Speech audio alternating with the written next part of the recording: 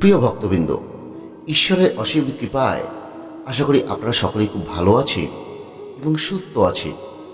আজকের এই আলোচনা আপনাদের জন্য খুবই গুরুত্বপূর্ণ হতে চলেছে, কারণ সামনেই আসতে চলেছে অক্ষয় তৃতীয়া। আজ আমরা আমাদের এই ভিডিওতে জানব এই অক্ষয় তৃতীয়ার দিন করা ছোট্ট একটি উপায়, যা আপনার সংসারে চলা দারিদ্র চিরদিনের মতো দূর করে দেবে। ভিডিওটি মূল পর্বে যাওয়ার আগে আপনাদের কাছে একটি ছোট্ট অনুরোধ করি, আপনারা যদি আমাদের এই চ্যানেলে নতুন হয়ে থাকে তাহলে আমাদের এই চ্যানেলটি সাবস্ক্রাইব করে আমাদের পাশে থাকবেন এবং কমেন্টে জয় মা লক্ষ্মী লিখতে একদম ভুলবেন না। প্রিয় ভক্তবৃন্দ, অক্ষয় শব্দের অর্থ যা কখনো ক্ষয় হয় না, অর্থাৎ এই দিনে আপনি যা করবেন, অর্থাৎ দান, জপ, পুজো, সৎকর্ম, তার ফল কখনো আর নষ্ট হয় না, বরং সারা জীবন তা অক্ষয় হয়ে থাকে। এই কারণে এই তিথিকে বলা হয় চিরস্থায়ী পুণ্যের দিন, সৌভাগ্য সূচনার লগ্নের দিন। প্রিয় ভক্তবৃন্দ, অক্ষয় তৃতীয়া শুধু একটি শুভ তিথি নয়, এটি এক দিব্য শক্তি মিলন ক্ষেত্র। পুরাণ মতে এই দিনেই মা গঙ্গা পৃথিবীতে অবতরণ করে এবং ভগবান বিষ্ণুর ষষ্ঠ অবতার পরশুরামের এই ধরাধামে আবির্ভাব ঘটে। এই তিথি থেকেই সত্য এবং ত্রেতা যুগের সূচনা হয়। মহাভারতের সঙ্গেও এই দিনের গভীর সম্পর্ক রয়েছে। এই দিন ভগবান শ্রীকৃষ্ণ পাণ্ডবদের অক্ষয় পাত্র দান করেন এবং এই দিন থেকেই মহাভারত রচনার সূচনা হয়। এছাড়াও ধনদেবতা কুবের ভগবান শিবের অসীম কৃপায় প্রচুর ধন সম্পদ লাভ করেন এই অক্ষয় তৃতীয়ার দিনে।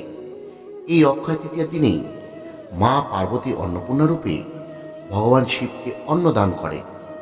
এই দিনে বদ্রীনাথ মন্দিরের দ্বার উন্মুক্ত হয়ে যায় এবং পুরীতে রথযাত্রার প্রস্তুতি শুরু হয়। জ্যোতিষমতে এই তিথিতে সূর্য এবং চন্দ্র উভয়ই উচ্চ অবস্থানে থাকে, ফলে পুরো দিনটাই অত্যন্ত শুভ। কোনো আলাদা মুহূর্ত দেখার প্রয়োজন হয় না এই অক্ষয় তৃতীয়ার দিনে। শাস্ত্রমতে এই দিনেই ভগবান বিষ্ণু, মা লক্ষ্মী এবং শ্রী গণেশের বিশেষ কৃপা ভক্তদের উপর বর্ষিত হয় এবং মা লক্ষ্মীর আশীর্বাদে জীবনে সমৃদ্ধি আসে। তাই ভক্তবৃন্দ, এই দিনটি শুধুই একটি তিথি নয়, এটি আপনার জীবনের মোড় ঘুরিয়ে দেওয়ার এক সুবর্ণ সুযোগ। শাস্ত্র বলছে এই দিনে জলদান করলে অশেষ পুণ্য লাভ হয়, অন্নদান করলে সংসার থেকে অভাব দূর হয় এবং স্বর্ণ বা অর্থদান করলে মা লক্ষ্মীর কৃপা সংসারে স্থায়ী হয়। তাই এই দিন তৃষ্ণার্ত ব্যক্তি বা পশু পাখিকে জল খাওয়ান, সাধ্যমতো দরিদ্র ব্যক্তিদের দান ধ্যান করুন। বাড়িতে কোনো দরিদ্র ব্যক্তি এলে তাদের খালি হাতে ফেরাবেন না। কিন্তু ভক্তগণ, যেমন কিছু করণীয় রয়েছে, তেমনি কিছু বিষয় এদিন অবশ্যই এড়িয়ে চলা উচিত। এদিন রাগ, ক্রোধ, হিংসা, নিন্দা সম্পূর্ণভাবে বর্জন করুন। পেঁয়াজ, রসুন, আমিষ এবং মদ্যপান থেকে দূরে থাকুন। এদিন সাত্ত্বিক আহার গ্রহণ করুন। কাউকে এদিন কষ্ট দেবেন না। এদিন মিথ্যে কথা বলবেন না। এদিন চুলদাড়ি কাটবেন না। ভক্তবৃন্দ, এই তিথি সংযম, ভক্তি এবং অন্তরের পবিত্রতার প্রতীক। তাই এই দিনটি একদম হাতছাড়া করবেন না। এবার আসি অক্ষয় তৃতীয়ার সময়সূচিতে।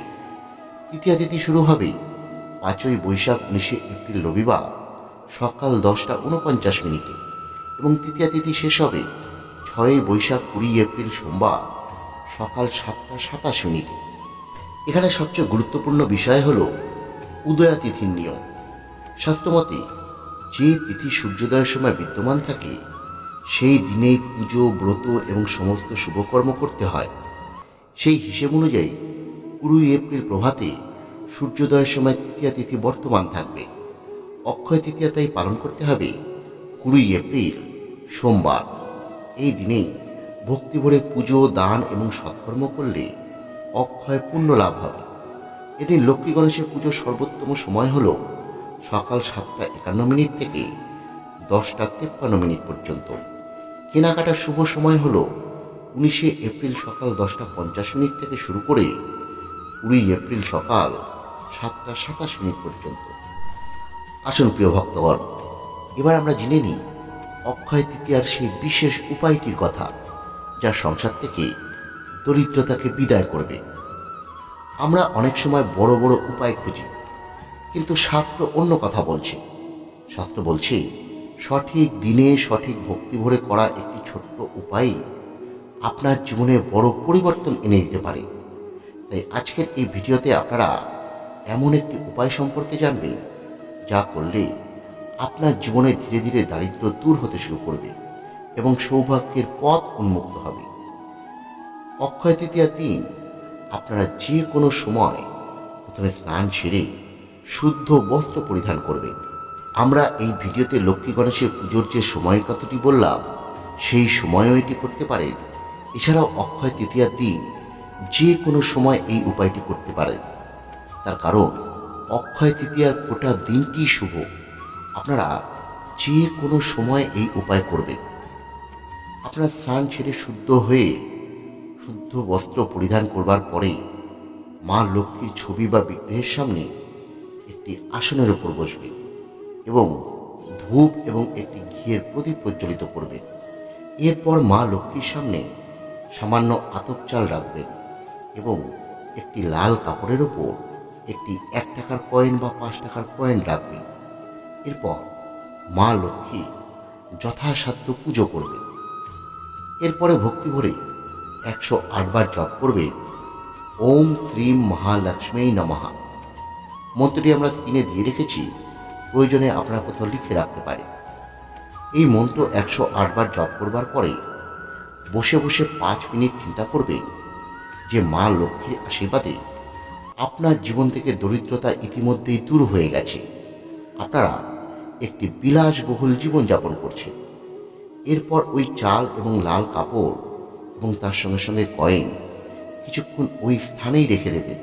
এরপর সেই চাল এবং মুদ্রাটি সেই লাল কাপড়ে বেঁধে আপনার বাড়ির আলমারিতে যে স্থানে টাকা রাখেন সেই স্থানে রেখে দেবেন, অথবা ব্যবসা ক্ষেত্রে যেই স্থানে আপনারা টাকা রাখেন সেই ব্যবসা স্থানেও রাখতে পারেন।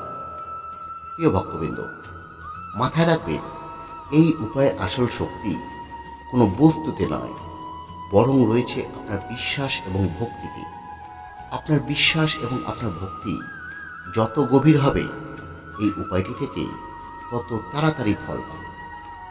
ভিডিওটি যদি আপনাদের বিন্দুমাত্র ভালো লেগে থাকে তাহলে অবশ্যই ভিডিওটি লাইক করবে এবং কমেন্টে জয় মা লক্ষ্মী লিখতে একদম ভুলবেন না।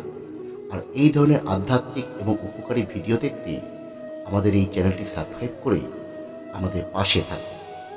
ধন্যবাদ। সকলে ভালো থাকুন।